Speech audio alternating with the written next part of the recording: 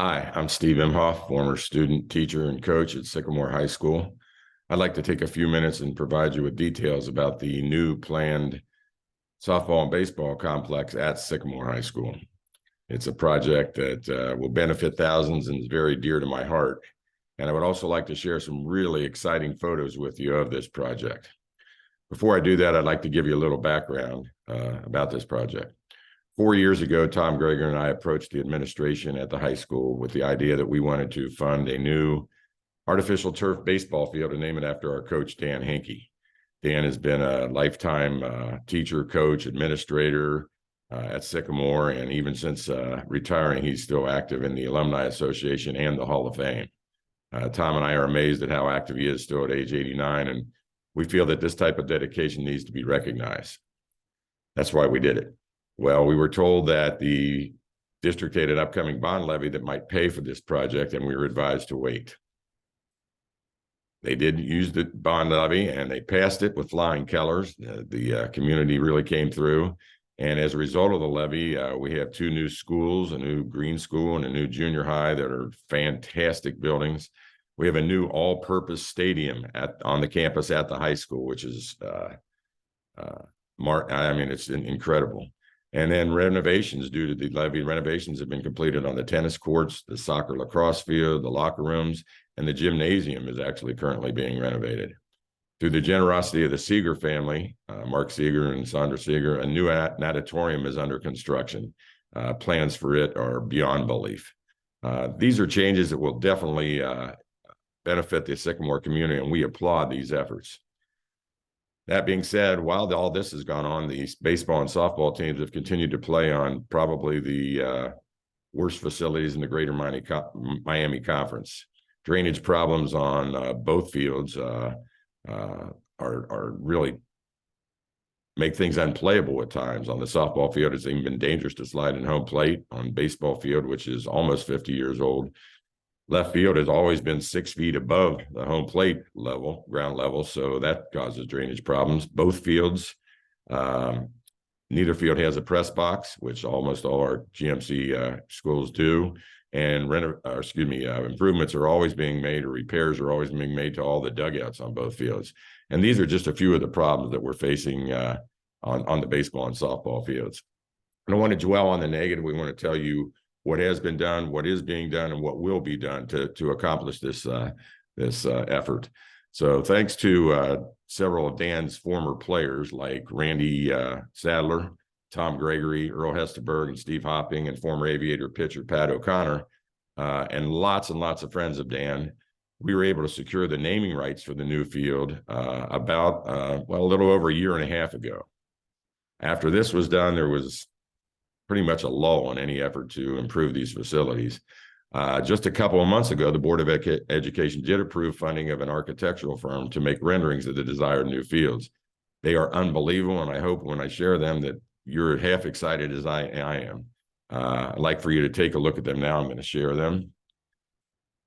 Second.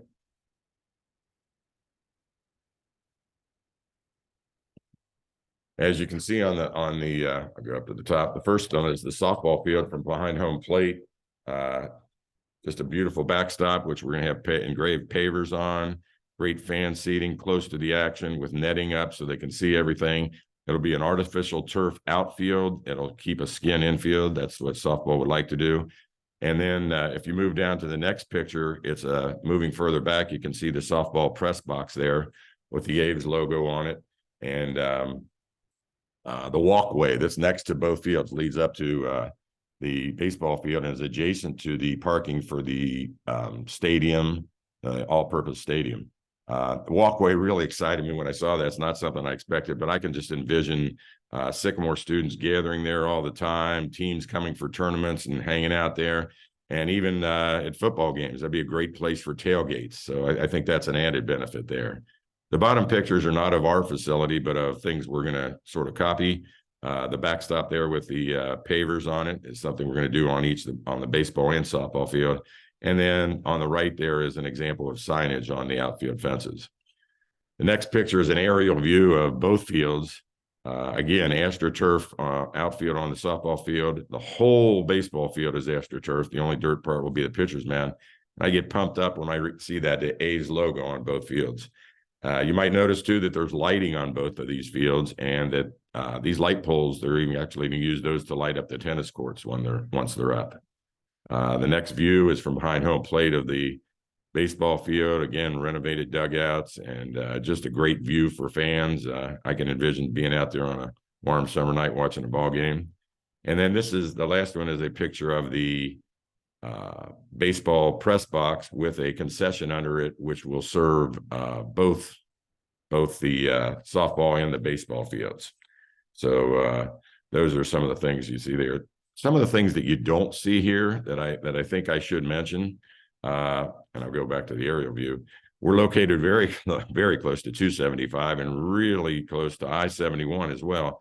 So there will be a constant demand for these fields because people will be able to get to them so easily. There'll probably be thousands of kids there playing every summer from the beginning of the baseball season, the high school season in March, late March, until the end of September when the high school fall league and the adult leagues end.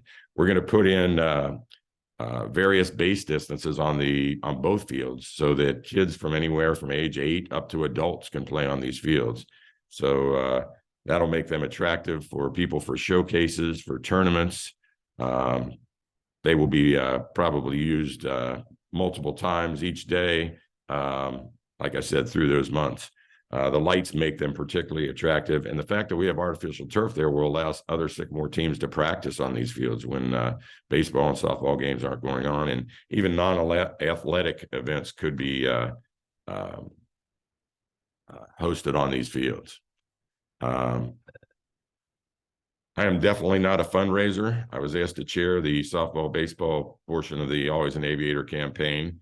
I'm not sure why, but since I agreed to do it, I'm going to just do things my way, and that's to just lay out the facts. Those fields, as you see them, the estimated cost of all that would be $5.1 million.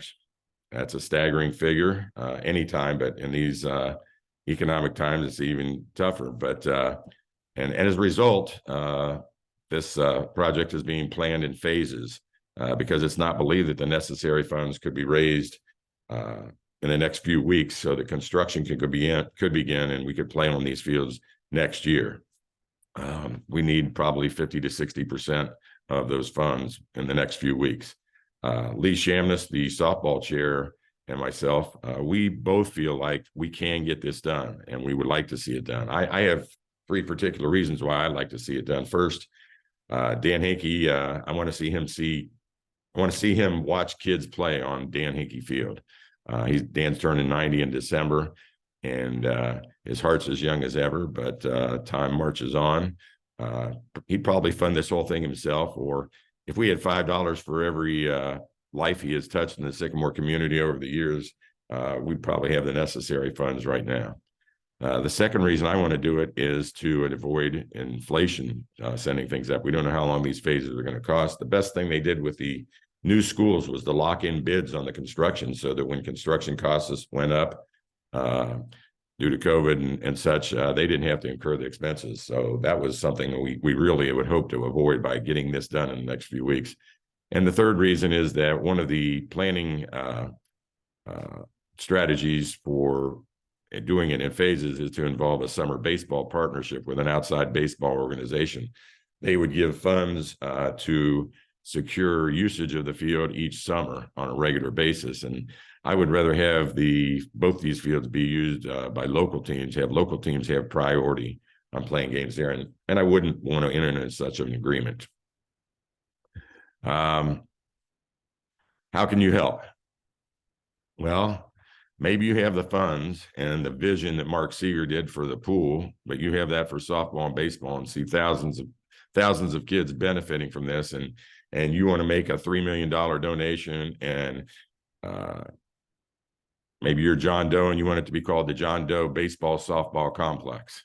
That would be fantastic. That would undoubtedly get the ball rolling and solve all our problems. And maybe if it's not you, if you don't have the funds, you know of someone that you could put us in contact with that might want to that shares this vision and might want to do this.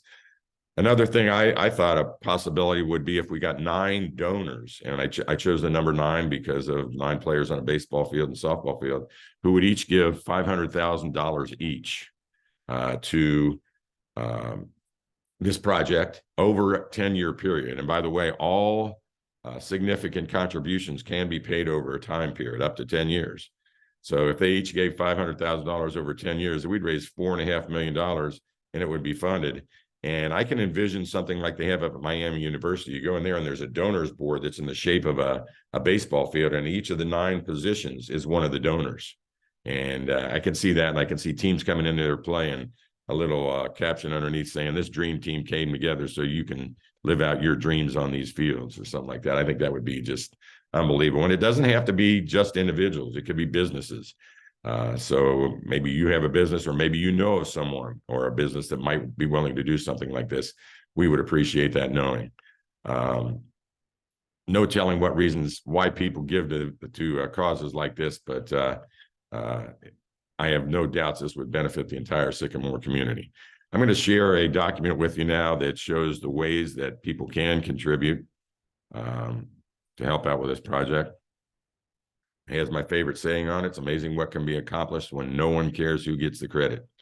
On the left side, you see that we still have naming rights available. The softball field can still be named for someone, the softball home dugout, and then press boxes on both fields can still be named.